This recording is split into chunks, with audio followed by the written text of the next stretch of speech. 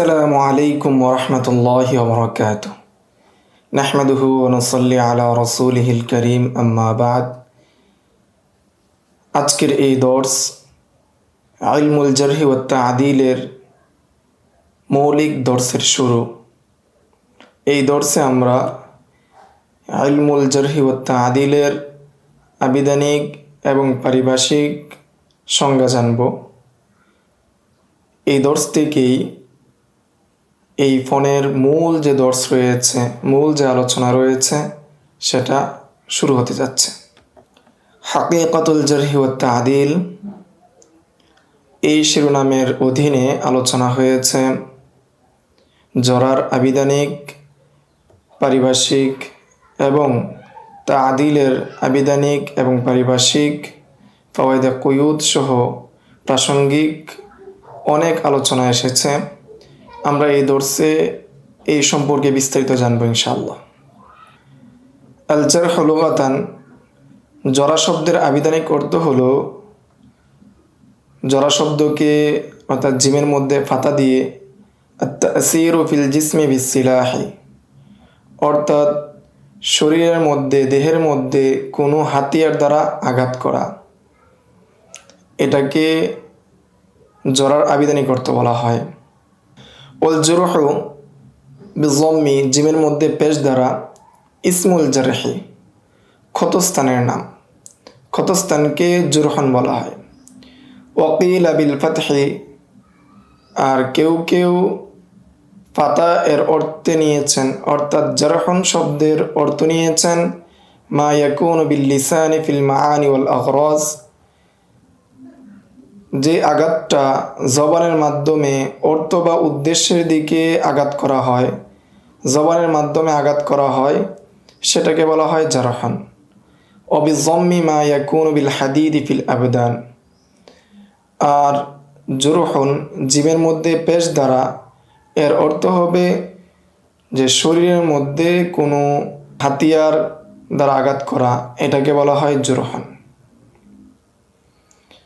ইস্তিলাহান, যে জরা শব্দের পারিভাষিক অর্থ হচ্ছে ওয়াসফুর রাবি ফি আদালাতিহি আও যাবতিহি বিমা ইয়াক্তাজি তালয়িন রিওয়ায়াতিহি আও তাদঈফাহা আও রাদ্দাহা।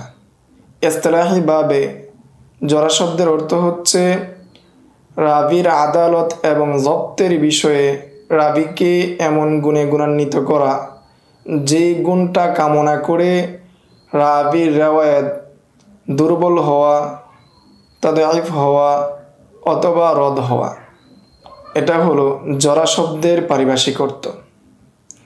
এখন আমরা ইস্তিলাহি সংজ্ঞার মধ্যে তিনটি শব্দ উল্লেখ করা হয়েছে, যে রাবির মধ্যে আদালত এবং জব্তের বিষয়ে এমন গুণাবলী, যে গুণাবলী কামনা করে রাবির রেওয়ায়াত নরম হওয়া, দুর্বল হওয়া অথবা রদ হওয়া। তিনটি শব্দ যে বলা হয়েছে, তালয়িন, তাদঈফ, রদ, এই তিনটি শব্দের ব্যাখ্যা জানব।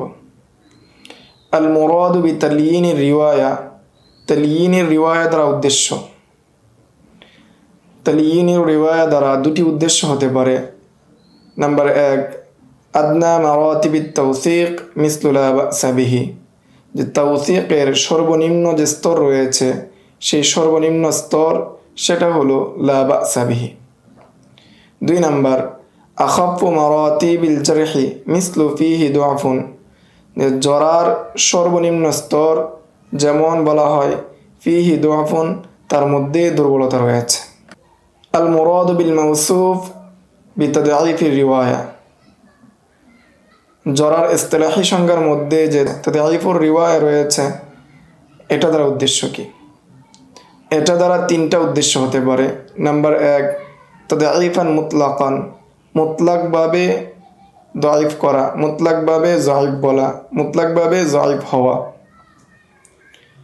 লা ইকবালু ইনদা তাফাররুদিহি ওয়া ইয়ারতাকি ইলা দারাজাতিল হাসানি লিগাইরিহি, যখন কোনো রাবিকে মুতলাকভাবে যঈফ বলা হয়, তখন ওই রাবি যখন কোনো হাদিস বর্ণনা করার ক্ষেত্রে একক হয়ে যান, এককভাবে ওই হাদিস বর্ণনা করেন, তখন ওই রাবির বর্ণিত হাদিস গ্রহণ করা হবে না। ওয়ারতাকি ইলা দারাজাতিল হাসানি লিগাইরিহি, এবং ওই রাবির হাদিস হাসান লি গায়রিহির স্তরে পৌঁছবে বিল মুতাবাআতি ওয়াশ শাওয়াহিদি, মুতাবাআত এবং শাওয়াহিদের মাধ্যমে, বিমিসলিহি অনুরূপ যঈফ রাবি থেকে যদি মুতাবাআত অথবা শাওয়াহিদ পাওয়া যায় তাহলে ওই হাদিস তার মুতাবাআত এবং শাওয়াহিদের কারণে হাসান লি গায়রিহির স্তরে পৌঁছবে। আও বিমা আকওয়া মিনহু, অথবা যদি ওই রাবির চেয়ে আরও শক্তিশালী রাবির মাধ্যমে হাদিস পাওয়া যায় তখন ওই হাদিসের মাধ্যমে যঈফ রাবির হাদিস শক্তিশালী হবে। এটা হলো তাদঈফুর রিওয়ায়ার প্রথম প্রকার। তাদঈফুর রিওয়ায়ার দ্বিতীয় প্রকার হলো তাদঈফান মুকাইয়াদান, যে শর্তভিত্তিক বা শর্তের মাধ্যমে তাকে দুর্বল করা হয়, তাকে কয়াদ করা হয় নির্দিষ্ট শায়খ, নির্দিষ্ট স্থান, নির্দিষ্ট সময়ের মধ্যে। এক নম্বর ইনদা বাদি শুয়ুখ, যে এই রাবি যদি এই নির্দিষ্ট শায়খ থেকে হাদিস বর্ণনা করেন তখন এই রাবি দুর্বল। নাম্বার 2 ইনদা বাদিল আমাকিন, যে কতক রাবি বা নির্দিষ্ট কিছু রাবি তারা যদি এই স্থান থেকে হাদিস বর্ণনা করেন তখন তাদের এই রাওয়ায়াত দুর্বল হবে। নাম্বার 3 ইনদা বাদিল আওকাত, নির্দিষ্ট সময়ের মধ্যে যদি হাদিস বর্ণনা করে তখন ওই হাদিসটা, ওই রাবির বর্ণিত হাদিসটা দুর্বল হিসেবে গণ্য হবে। ইখতাসুদ দুফু বিমা কাইয়াদা বিহি, ফলে এই দুর্বলতাটা যেই শায়খ অথবা যেই স্থান, যেই সময়ের সাথে খাস করা হয়েছে সেই সময়, স্থান বা শায়খের সাথে নির্দিষ্ট হবে। এছাড়া বাকি অন্যান্য যে জায়গা রয়েছে বা অন্যান্য যে বিষয় রয়েছে সেই জায়গার মধ্যে রাবি যঈফ হিসেবে গণ্য হবে না। নাম্বার 3 তাদঈফান নিসবিয়ান, নিসবতগত দিক থেকে, তুলনাগত দিক থেকে দুর্বল হওয়া। হাযা মা ইয়াকুনু ইনদাল মুফাদালাতি বাইনা রাওয়াইয়াইনি, এটা হয় যখন দুইজন রাবির মধ্যে মুফাদলা করা হয়, দুইজন রাবির মধ্যে ওজন করা হয়, মিলানো হয়, তখন সাধারণভাবে যে রাবি সাকা বা যে রাবি শক্তিশালী কিন্তু তার চেয়ে আরেকজন শক্তিশালী রাবির সাথে তুলনা করার কারণে তিনি দুর্বল হিসাবে গণ্য হন। আল মুরাদু বিরদ্দির রিওয়ায়া, এখন আমরা জানব রদ্দুর রিওয়ায়া দ্বারা উদ্দেশ্য কি। রদ্দুর রিওয়ায়া দ্বারা উদ্দেশ্য হলো দাঈফুন জিদ্দান ফালা ইউকাউই গায়রাহু ওয়ালা ইয়াতাকাওয়া বিগায়রিহি। রদ্দুর রিওয়ায়া দ্বারা উদ্দেশ্য হলো অত্যন্ত দুর্বল, সে অন্য কাউকে শক্তিশালী করতেও পারে না এবং নিজেও অন্য কারোর মাধ্যমে শক্তিশালী হতে পারে না। আত-তা'দীল লুগাতান, এখন আমরা জানব তা'দীল শব্দের আভিধানিক অর্থ কি। তা'দীল শব্দের আভিধানিক অর্থ হলো আত-তাকওয়িম, সোজা হওয়া, শক্তিশালী হওয়া। মুওয়াজানাতুশ শাইই বিশ-শাই, কোনো জিনিসকে কোনো জিনিসের মাধ্যমে ওজন করা। আত-তাসওয়িয়া, কোনো জিনিসকে কোনো জিনিসের সাথে সমান করা। এটা হলো তা'দীল শব্দের আভিধানিক অর্থ। তা'দীল শব্দের পারিভাষিক অর্থ হলো ইসতিলাহান ওয়াসফুর রাবি ফি আদালাতিহি ওয়া যাবতিহি বিমা ইয়াকতাজি কবুল রিওয়ায়াতিহি, রাবির আদালত এবং জব্তের ক্ষেত্রে রাবিকে এমন গুণে গুণান্বিত করা যেই গুণটা কামনা করে, যেই গুণের মাধ্যমে রাবির রিওয়ায়াত কবুল হওয়ার যোগ্যতা তৈরি হয়, কবুল হয়। আল মুরাদ বিল কবুল, কবুল দ্বারা উদ্দেশ্য কি। কবুল দ্বারা উদ্দেশ্য হলো নাম্বার 1 মান তুকবালু রিওয়ায়াতুহু ওয়া তু'তাবারু আলা সহিহ লিজাতিহি, কবুল দ্বারা উদ্দেশ্য হলো যার রিওয়ায়াত গ্রহণযোগ্য হয় এবং সেই রিওয়ায়াতটাকে সহিহ লিজাতি হিসেবে গণ্য করা হয়। নাম্বার 2 কবুল দ্বারা উদ্দেশ্য কি, এর 2 নম্বর অর্থ হলো মান তুকবালু রিওয়ায়াতুহু ওয়া তু'তাবারু আলাল হাসান লিজাতিহি, যে রিওয়ায়াত গ্রহণযোগ্য হিসেবে গণ্য হয়, গ্রহণযোগ্য হয় এবং সেটাকে হাসান লিজাতি হিসেবে বিবেচনা করা হয়। লিআন্নাল আইম্মাতা ইয়াহতাজ্জুনা বিহিমা ওয়া ইন তাফাওয়াতাত দারাজাতুহুম, কেননা আইম্মায়ে কেরামগণ এই দুইটা দ্বারা অর্থাৎ হাসান লিজাতিহি এবং সহিহ লিজাতিহি দ্বারা দলিল পেশ করে থাকেন যদিও তার স্তর উঁচু, যদিও তার স্তরের মধ্যে ভিন্নতা রয়েছে। وأما الصحيح لغيره والحسن لغيره فإنهما لا يدخلان في القبول أصلا بل بالقرائن। আর সহিহ লিগাইরিহি এবং হাসান লিগাইরিহি দুইটা প্রকৃতপক্ষে কবুলের পর্যায়ে হয় না, কিন্তু বিভিন্ন কারায়নের মাধ্যমে সেটা গ্রহণযোগ্যের স্তরে আসে। আসলু কালিমাতি তাদিল। এখন আমরা জানব তাদিল শব্দের মৌলিক অর্থ কি।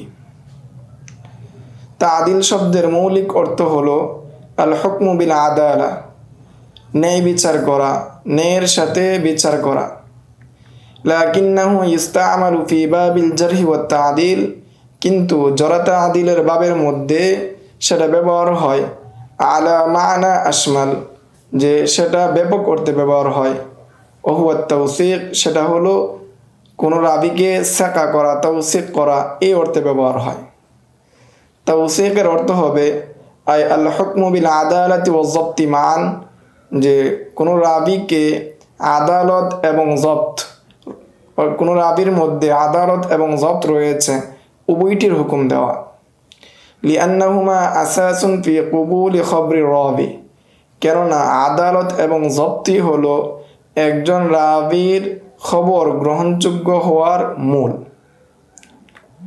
আল আদালাতু মালাকাতুন তাহমিলুল মারআ আলা মুলাসামাতিত তাকওয়া ওয়াল মুরুয়া।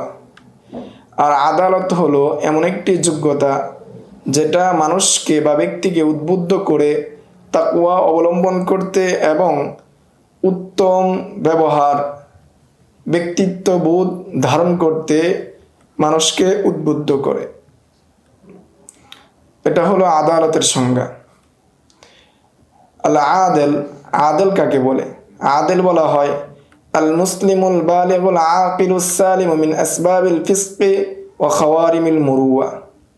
আদেল বলা হয় মুসলিম বালেগ আকেল, মুসলিম হবে, বালেগ হবে এবং আকেল হবে, এবং ফিসকের যে সমস্ত আসবাব রয়েছে সেই সমস্ত আসবাব থেকে সে নিরাপদ হবে, এবং মুরুওয়াতকে নষ্ট করে যে সমস্ত বিষয় রয়েছে সেই সমস্ত বিষয় থেকে নিরাপদ হবে। এরকম ব্যক্তিকে আদেল বলা হয়। আল মুরাদু বিজব্ত। এখন আমরা জানবো জব্ত দ্বারা উদ্দেশ্য কি, জব্ত দ্বারা কি বোঝায় সেই সম্পর্কে আমরা জানবো। জব্ত দ্বারা দুটি উদ্দেশ্য হয়, একটি হলো জব্তে সদর, অপরটি হলো জব্তুল কিতাব। জব্তুল সদর দ্বারা উদ্দেশ্য হলো আন ইয়াকুনা রাবি ইয়াকযান গায়রা মুগাফফালিন ইয়াহফাযু মা সামিআহু ওয়া ইউসবিতুহু বিহাইসু ইয়াতামাক্কানু মিন ইস্তিহদারিহি মাতা শাআ মা ইলমিহি বিমা বিগাইরিল মাআনি আন্নাহু রাআ বিল মা'না। যে জব্তে সদর দ্বারা উদ্দেশ্য হলো রাবি চৌকস হওয়া, উদাসীন না হওয়া, এবং সে যা শ্রবণ করেছে সে তা মুখস্থ করবে এবং সেটাকে নিজের কাছে সংরক্ষণ করবে এমনভাবে সে যে কোনো সময় সেটাকে উপস্থিত করতে বা বলতে সক্ষম হবে নিজের জ্ঞান থেকে। এবং সে যখন রিওয়ায়াত বিল মানা করবে, অর্থাৎ আলফাজের রেওয়ায়াত না করে মানার রেওয়ায়াত করবে, তখন মানার মধ্যে কি কি পরিবর্তন হচ্ছে সেই সম্পর্কে জানবে। ওয়াজব্তুল কিতাব। জব্তে কিতাব দ্বারা উদ্দেশ্য হলো সিয়ানাতু লাদাইহি মুনযু সামিআ ফীহি ওয়া তাসহিহুহু ইলা আন ইউআদ্দিয়া মিনহু। জব্তে কিতাব দ্বারা উদ্দেশ্য হলো তার কাছে সেটাকে সংরক্ষণ করবে, অর্থাৎ যখন সে হাদিসটি শুনেছে তখন থেকে তার কাছে সেটাকে সংরক্ষণ করতে থাকবে এবং সেটাকে সঠিক অবস্থায় রাখবে, যাতে এই লেখার মধ্যে কোনো ধরনের তাগায়ুর এবং তাহরিফ না আসে, পরিবর্ধন না আসে। সে যতক্ষণ না অন্য আরেকজনের নিকট সেটাকে যেভাবে শুনেছে অনুরূপভাবে পৌঁছে দিতে পারবে, ততক্ষণ পর্যন্ত সে সেটাকে পরিপূর্ণভাবে নিজের কাছে সংরক্ষণ করবে। এই হলো জব্তুল কিতাব দ্বারা কি উদ্দেশ্য। ফাওয়াইদুল কুয়ুদ, ফাওয়াইদুল কুয়ুদ বা যে সমস্ত শর্তগুলো করা হয়েছে জব্ত এবং আদালতের মধ্যে সেটা দ্বারা কোন কোন বিষয়গুলো বের হয়ে যায় এবং কি কি বিষয় অন্তর্ভুক্ত হয় সেই নিয়ে আলোচনা। 1 নাম্বার, মা ইয়াখরুজু বিল আদালতি ওয়াজ জব্তি মান, যেটা আদালত এবং জব্ত উভয়টার মাধ্যমে বের হয়ে যায়। ইয়াখরুজু বিহি মা ইয়াতাআল্লাকু বিল জাহালাতি ওয়া হুয়া, তার মাধ্যমে বের হয়ে যায় যেটা জাহালাতের সাথে সম্পর্ক রাখে। জাহালাতের সাথে যে বিষয়গুলো সম্পর্ক রাখে সেগুলো বের হয়ে যায়। ওহুয়া, সেগুলো হলো 1 নাম্বার আল মুবহাম, মুবহাম বের হয়ে যায়। নাম্বার 2 জাহালাতুল আইন, জাহালাতুল আইন বের হয়ে যায়, যাদের পরিচয় সম্পর্কে কিছুই জানা যায় না তারা বের হয়ে যায়। নাম্বার 3 জাহালাতুল হাল, যে সমস্ত রাবিদের জরা তাদিল জানা যায় না সে সমস্ত রাবিরা বের হয়ে যায়। 2 নাম্বার আলোচনার বিষয় মা ইয়াখরুজু বিশতিরাতিল আদালা, যে আদালতের শর্তের মাধ্যমে কোন কোন জিনিস বের হয়ে যায়, কি কি বের হয়ে যায়। ইয়াখরুজু বিহি, আদালতের শর্তের মাধ্যমে বের হয়ে যায়। নাম্বার 1 আল কাফিরু, কাফের ব্যক্তি বের হয়ে যায়। নাম্বার 2 আস-সাবিয়্যু, যে আদালতের শর্তের মাধ্যমে যে শিশু, যে গায়রে মুমাইয়াজ যে শিশু রয়েছে, যে শিশু ভালো মন্দের পার্থক্য করতে পারে না সেই শিশু বের হয়ে যায়। নাম্বার 3 আল মাজনুন, পাগল ব্যক্তি বের হয়ে যায়। নাম্বার 4 আল মুবতাদিউ, যে বেদাতি ব্যক্তি বের হয়ে যায়। নাম্বার 5 আল ফাসিকু, ফাসিক ব্যক্তি বের হয়ে যায়। নাম্বার 6 আল মুত্তাহিমু বিল কাযিব, যে ব্যক্তি মিথ্যার অভিযোগে অভিযুক্ত। নাম্বার 7 আল কাযযাব, যে ব্যক্তি মিথ্যাবাদী। নাম্বার 8 খাওয়ারিমুল মুরুয়া, যে ব্যক্তি উত্তম আচরণ, ব্যক্তিত্ব বোধ নষ্ট করে ফেলেছে, মুরুয়াতকে নষ্ট করে ফেলেছে, এরকম ব্যক্তি বের হয়ে যায়। এরপর আলোচনার বিষয় হলো মা ইয়াখরুজু বিশতিরাতি জব্ত, জব্তের যে শর্ত করা হয়েছে একজন রাবি আদেল হওয়ার জন্য, সাকা হওয়ার জন্য তার মধ্যে জব্ত থাকতে হবে। এই জব্তের শর্তের মাধ্যমে কি কি বের হয়। ইয়াখরুজু বিহি মাখতাল্লা ফি জব্তিল কিতাবি, এর মাধ্যমে বের হয়ে যায় যেগুলো জব্তুল কিতাব অর্থাৎ লেখার মাধ্যমে যে সংরক্ষণ হয় এটার মধ্যে খলল তৈরি করে যে সমস্ত বিষয় রয়েছে সেই সমস্ত বিষয়গুলো বের হয়ে যায়। ওহুয়া আদামু মুকাবালাতিল ফারঈ মাআল আসলি ওয়া জাহলি রাবি ফি মাদলুলাতির রিওয়ায়াতি ইযা রাওয়া বিল মা'না, সেটা হলো যে জব্তুল কিতাবের মধ্যে খলল তৈরি করে, সেটা হলো আদামু মুকাবালাতিল ফারঈ মাআল আসল, আসলের সাথে ফরা যেটা রয়েছে, নুসখা যেটা রয়েছে সেটাকে মোকাবেলা না করা। অর্থাৎ শায়েখের পাণ্ডুলিপি থেকে অথবা শায়েখের মুখ থেকে যে হাদিসগুলো সে লিখেছে পরবর্তীতে আবার এই পাণ্ডুলিপিকে, সেই রেজিস্টারকে শায়েখের পাণ্ডুলিপির সাথে অথবা শায়েখের কাছে মোকারণা না করা, না মিলানো। আরেকটি কারণ হলো ওয়াজাহলুর রাবি ফি মাদলুলাতির রিওয়ায়া, রেওয়ায়তের মধ্যে যে সমস্ত মাদলুলাত রয়েছে, যে সমস্ত ইশারা রয়েছে সেই সম্পর্কে না জানা, সেটা তখনই খলল হিসেবে গণ্য হবে ইদা রাওয়া বিল মা'না, যখন সে এই রেওয়ায়তটাকে রেওয়ায়েত বিল মা'না করবে তখন সেটা খলল হিসেবে গণ্য হবে এবং এর মাধ্যমে এই বিষয়গুলো বের হয়ে যাবে। ওয়াখরুজু বিহি মাখতাল্লা ফি জব্তিস সদরি আয়দান ওয়া হুয়া, আর জব্তে সদরের মধ্যে যে সমস্ত বিষয় খলল তৈরি করে সেই সমস্ত বিষয়গুলো বের হয়ে যাবে। নাম্বার 1 সুউল হিফজি, যেটা মুখস্থ শক্তির মধ্যে দুর্বলতা নিয়ে আসে, অর্থাৎ দুর্বল মুখস্থ শক্তি যাদের রয়েছে যে রাবিদের, তারা বের হয়ে যাবে। নাম্বার 2 কাসরাতুল মুখালাফা, যেই রাবিদের রেওয়ায়াত সাকা রাবিদের রেওয়ায়তের সাথে অধিক পরিমাণের মুখালাফাত হয় তাদের রেওয়ায়তগুলো বা সেই সমস্ত রাবিরা বের হয়ে যাবে। নাম্বার 3 সিদ্দাতুল গাফলা, উদাসীন রাবিদের বর্ণনা অর্থাৎ উদাসীন রাবিরা বের হয়ে যাবে। নাম্বার 4 কাসরাতুল ওয়াহাম, যে সমস্ত রাবিদের ওয়াহাম বেশি হয় তারাও বের হয়ে যাবে। নাম্বার 5 ফুহশুল গলাত, যে সমস্ত রাবিদের বর্ণনায় বড় বড় ভুল হয় সেই সমস্ত রাবিরাও বের হয়ে যাবে। ওয়াখরুজু বিহি মাখতাল্লা ফি জব্তিল কিতাবি ওয়া জব্তিস সদরি মান, এবং যে সমস্ত বিষয় জব্তে কিতাবত এবং জব্তে সদর কে খলল তৈরি করে সেইগুলোও বের হয়ে যাবে। এতক্ষণ আমরা জরাতা আদিলের আবিধানিক এবং পারিভাষিক সংজ্ঞা নিয়ে আলোচনা করলাম এবং জরাতা আদিলের মাধ্যমে অর্থাৎ জরাতা আদিলের সংজ্ঞার মাধ্যমে কোন কোন বিষয়গুলো বের হয়ে যায় সেই সম্পর্কে আমরা জানলাম। এখন আমরা জানবো একটি প্রশ্ন বা কয়েকটি প্রশ্ন এবং এর উত্তর। আসওয়াল, একটি প্রশ্ন হয়, হাল ইউশতারাতু শাইউন গায়রুল আদালাতি ওয়া যাবতি ফি রাবি, যে রাবির খবর বা হাদিস গ্রহণযোগ্য হওয়ার জন্য রাবির মধ্যে আদালত এবং জব্ত ব্যতীত অন্য কোনো কিছুকে শর্ত করা হয় কি হয় না? আল জবাব, এর উত্তর হচ্ছে লা ইউশতারাতু শাইউন গায়রুহুমা আলাল আসাহ, যে বিশুদ্ধ অভিমত অনুযায়ী যে রাবির ক্ষেত্রে এই দুইটা বিষয় ব্যতীত অন্য কোনো বিষয়কে, জব্ত এবং আদালত ব্যতীত অন্য কোনো বিষয়কে রাবির জন্য শর্ত করা হয় না। ওয়ালাকিন ইশতারাতা বা'দুল আইম্মাতি শাইআন, কিন্তু কতক উলামায়ে কেরামগণ কতক বিষয়কে, কিছু বিষয়কে শর্ত হিসেবে গণ্য করেন। ওমিনহু, তা থেকে মা লা ইয়াশতারিতু আলাল ইজমা ওয়া হুয়া হুররিয়াতুর রাবি, তন্মধ্য থেকে কিছু বিষয় রয়েছে যে বিষয়গুলোর ক্ষেত্রে এজমায়ে উম্মত হিসেবে সেটাকে শর্ত করা হয় না, আর সেটা হলো রাবির স্বাধীনতা।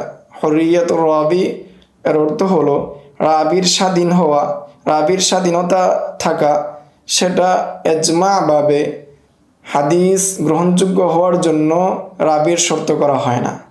কেননা রাসূল সাল্লাল্লাহু আলাইহি ওয়াসাল্লামের যুগে অনেক গোলাম হাদিস শুনেছেন, তারাও হাদিস বর্ণনা করেছেন, তাদের হাদিস পরবর্তী মুহাদ্দিসিনে কেরামগণ, সাহাবায়ে কেরামগণ সবাই গ্রহণ করেছেন।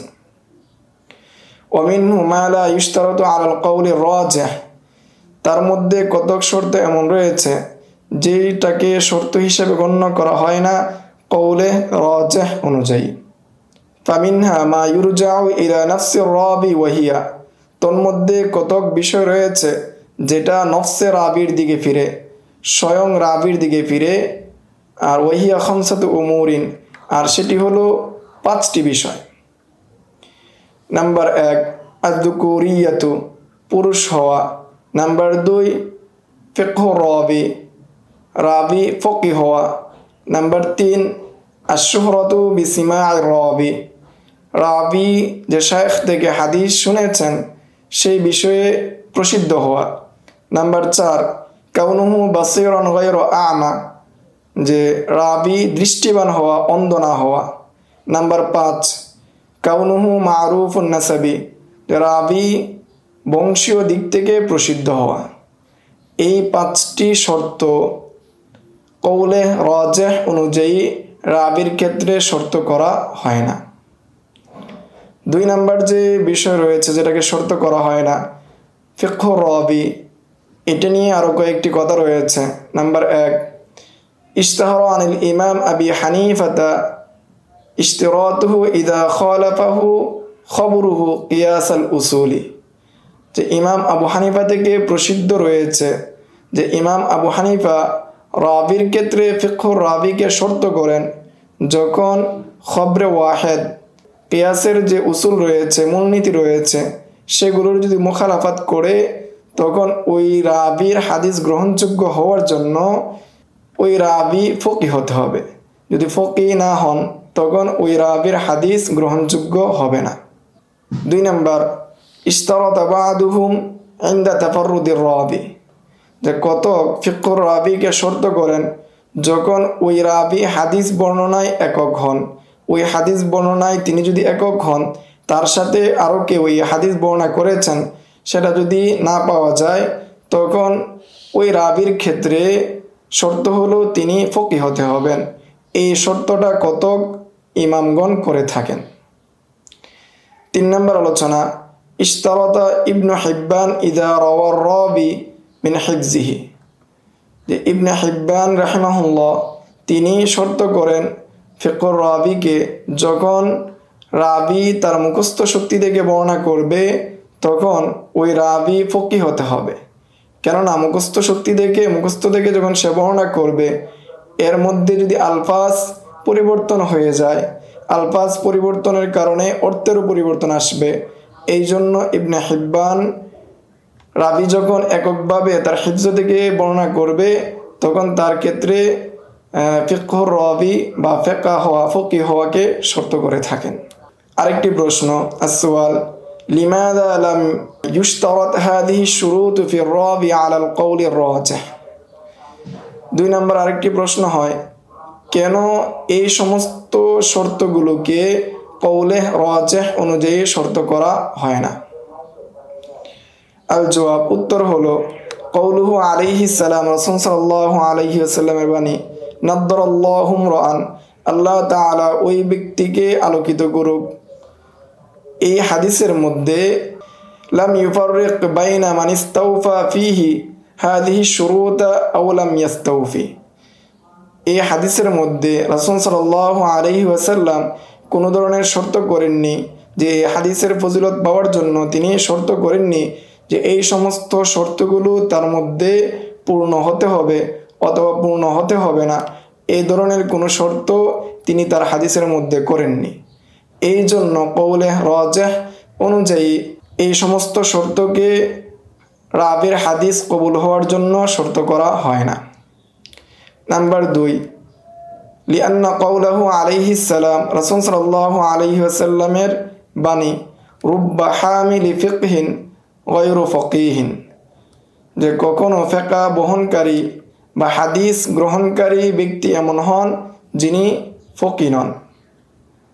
সরিহুন আলা আদাম ইশতিরাতিল ফিকহি, এই হাদিসের মধ্যে সুস্পষ্টভাবে জানা যাচ্ছে যে রাবির জন্য ফিকহ থাকা, ফকিহ হওয়া এটা শর্ত নয়। এই হাদিস থেকে সুস্পষ্টভাবে একথা বোঝা যায়। ওয়া মিনহু মা ইয়ারজিউ ইলা রিওয়ায়াতির রাবি, তার মধ্যে কতক শর্ত এমন রয়েছে যেটা শর্ত করা হয় না কওলে রাজিহ অনুযায়ী, সেটা রাবির রিওয়ায়াতের দিকে ফিরে। নাম্বার 1, আদামু তাফাররুদিহা বিল হাদিস, হাদিস বর্ণনায় একক না হওয়া। নির্দিষ্ট একটি হাদিস, সেই হাদিস বর্ণনার ক্ষেত্রে তিনি একক হবেন না, এরূপ শর্ত করা। ওয়াযালিকা লাম ইয়াশতারিত লিউজুদি কাসরাতিদ দালাইলি আলা কুবুলি খবরিল ওয়াহিদিস সিকাতি, আদামু তাফাররুদিহা বিল হাদিসকে শর্ত করা হয় না এই জন্য, কেননা অনেক দলিল রয়েছে সাকারাবির খবরকে গ্রহণ করা হয়, এই ব্যাপারে অনেক দলিল পাওয়া যায়। দলিল পাওয়া যাওয়ার কারণে আদামু তাফাররুদিহা বিল হাদিস এই শর্তকে শর্ত হিসাবে নেওয়া হয় না।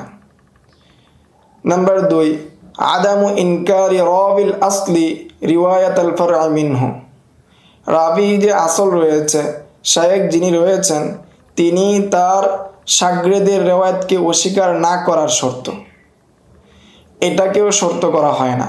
কেন শর্ত করা হয় না? ওয়াযালিকা লাম ইয়াশতারিত লিআন্নাল ইনকার আলা ওয়াজহিন নিসিয়ান, এটাকে এই জন্য শর্ত করা হয় না কেননা ইনকারটা কখনো হয় নিসিয়ানের কারণে।